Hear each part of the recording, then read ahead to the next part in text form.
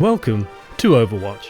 This time we're going to go over, well, more lore, specifically the new lore surrounding the new map Eichenwalde and the last Bastion, a major Omnic offensive pushing into Germany.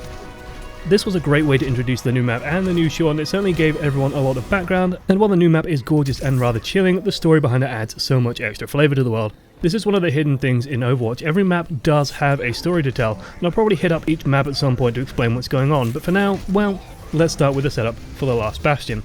So, it's the Omnic Crisis, the first one. The machines are being mass-produced and spreading across the globe, led by various god programs trying to remove humanity from the planet. Overwatch, the organisation, hasn't even been formed yet. Instead, various global initiatives are working on a national level to try and stem the tide.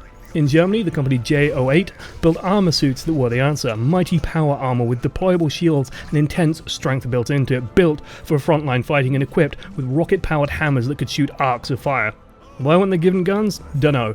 Arcs of fire are better, I guess. I mean, they do tear through things in a pretty meaty way. The guys behind them have the guns instead. If I had to guess, the Crusaders were used much like they are in the short. They were the very front line, forming a shield wall and advancing before clobbering anything that gets too close. You don't need a trench if you've got a barrier that the enemy can't hit, after all. Although in modern warfare terms, well, let's just say a pitched battle on an open plain isn't really going to happen. Just put it down to sci-fi anti-rocket tech. Can't missile them to death because the Omnics can shoot them down, and the Omnics don't have large-scale missiles, I guess. Either way, nitpicking, rule of cool and all that.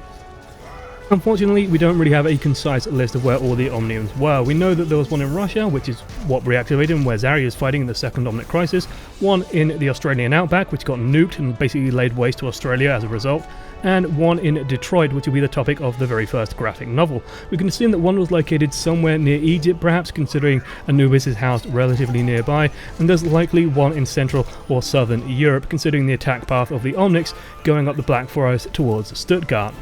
Unfortunately, at the border of the Black Forest is Eichenwalde and its little castle, and there it was the Crusaders decided to set up camp and halt the advance of Omnics towards Stuttgart. The Omnics came and the battle was fierce, and ultimately the defenders won. But Eichenwalde was lost in the process. Almost every Crusader died at this battle, including their leader, Balderic von Alder, who served as mentor to the familiar Reinhard Wilhelm.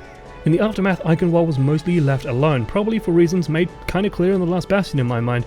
I want to highlight this scene, this goddamn scene. This terrified me. It made the Overwatch universe incredibly scary, and let's go over why. If you've ever been to France, particularly around the Rhineland, you'll know that there's places, forests and such, where people aren't permitted to go. Unexploded World War I and World War II munitions make it far too dangerous. Fair enough though, you just avoid those areas. In the Overwatch universe, we're not talking about unexploded artillery shells here. We're talking walking robots programmed to kill people that can minigun through trees in a matter of seconds. At any point, if it's not dead enough, one of these things can reactivate, repair itself, walk to a city, and just start gunning people down. Think about it, if Ganymede wasn't there, if Bastion wasn't so corroded, Stuttgart wouldn't be ready to deal with a lone soldier from a war 30 years in the past, walking into a city until the very last minute. No warning, no nothing, it just reactivated and strolled into a population centre. Suddenly you can see why people like Zarya and Torbjorn are rightfully unsettled by Omnics. Ultimately, Bastion stops. He's curious, there's no god program telling him what to do, and by the way his backstory is written, it's like nature crawled into him. It's a common Blizzard theme. Druidism in WoW is almost universally viewed as a force for good without some corrupting external influence changing how it works, and this is kind of similar. The time in the forest pacified Bastion, although rather chillingly, I quote from his official story, though Bastion appears to be gentle, even harmless at times, its core combat programming takes over when the unit senses danger, utilizing its entire arsenal to eliminate anything it perceives as a threat. This has led to instances of conflict with the few humans that it's encountered, and has driven it to avoid populated areas in favour of the wild, uncharted regions of the world. Considering the very no blood, no dead humans on screen approach and the tone the shorts have taken so far, I doubt we'll see this really explored. But Bastion isn't going to get a friendly reception. He's a war drone. His model was made for defense and mass produced by the Omniums to murder humanity. Every encounter with them was hostile, more likely than not. In short, he's not going to be a popular droid. The last Bastion itself was a touching little tale, and honestly really nicely done. You could show it to whoever you liked, whether they knew Overwatch or not. I could show it to my mom even, and she could watch it and know the gist of the story. Finding a robot in the forest reactivates and is without purpose. Learns of the previous battle, goes to join the previous battle or fulfill it, but is stopped by nature and instead opts to isolate itself rather peacefully. The pseudo PTSD moment was also rather nicely done. It matches a lot of the accounts I've heard of PTSD and how it works. That unexpected triggers, actual triggers, cause all the training to take over and with anxiety and panic. It was really well done, played seriously and hit the right tone. It was a shocking moment and you felt shocked by it. This was a machine perhaps looking to recover and change. So 30 years later, why are we in Eichenwalde? Well, interestingly, no one's gone back. I'm guessing for the reasons I mentioned above. There's no reason, for example, that the broken tanks and Bastion units scattered all over the place couldn't maybe just be immobile, or at least some of them. The area is extremely dangerous. You could be going for a walk in the nice woods and suddenly some goddamn tank from 30 years ago fires off a shot because it couldn't move from there but still had a functional gun and programming. But in the game we've hit the sweet spot and brought a battering ram with us to break through the castle and get the real prize, Balderic von Alder's suit of Crusader armor. This stuff is probably extremely valuable. As far as we know, more suits haven't been made, considering Reinhardt still uses the same suit that he used to in the comic.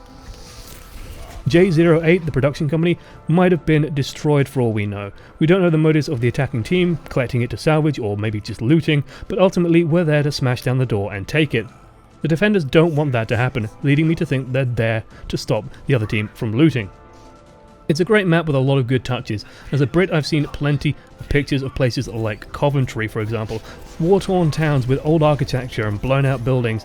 The village itself is unsettling. Evacuation posters are everywhere and propaganda posters are also all up on the walls, while newspapers float around with headlines announcing the looming Omnic threat. Otherwise, well, I think that covers what we know. The Crusaders were Germany's answer to the Omnics. We're going to plunder them and someone's going to try and stop us. Bastion's a reforming monster and perhaps one of a kind, a unique Omnic and a unique living being. Reinhardt, honourable scamp that he is, would probably be heartbroken on the return to his former mentor. This is the moment where I pitch my UK idea, by the way, because each nation had its own little tactic. Indulge me for a second. Similar to modern times in various global initiatives, the UK does what it normally does, follows in the United States' footsteps. The USA did a super soldier program designed for more wide deployment. The UK did something narrower, a more elite special ops teams combined with a weapon built to kill Omnics. A sword, called Excalibur. And the special ops team, of course, is the Knights of the Round Table. Come on, it'd be cool, it's super British. Anyway, I'm going to throw this idea to Michael Chu at one point, one of the big lore guys for Overwatch, but for now, I'll just say thank you for watching to the end. I have been Josh as one voice amongst many. This has been a look at Eichenwalde's lore and the last Bastion. Like I said, I'll probably do more of these soon, probably for Dorado next, considering the 23rd hero is likely related, and Mexico was rather uniquely affected in the Omnic Crisis, setting up another major player of Lumerico. Toodles.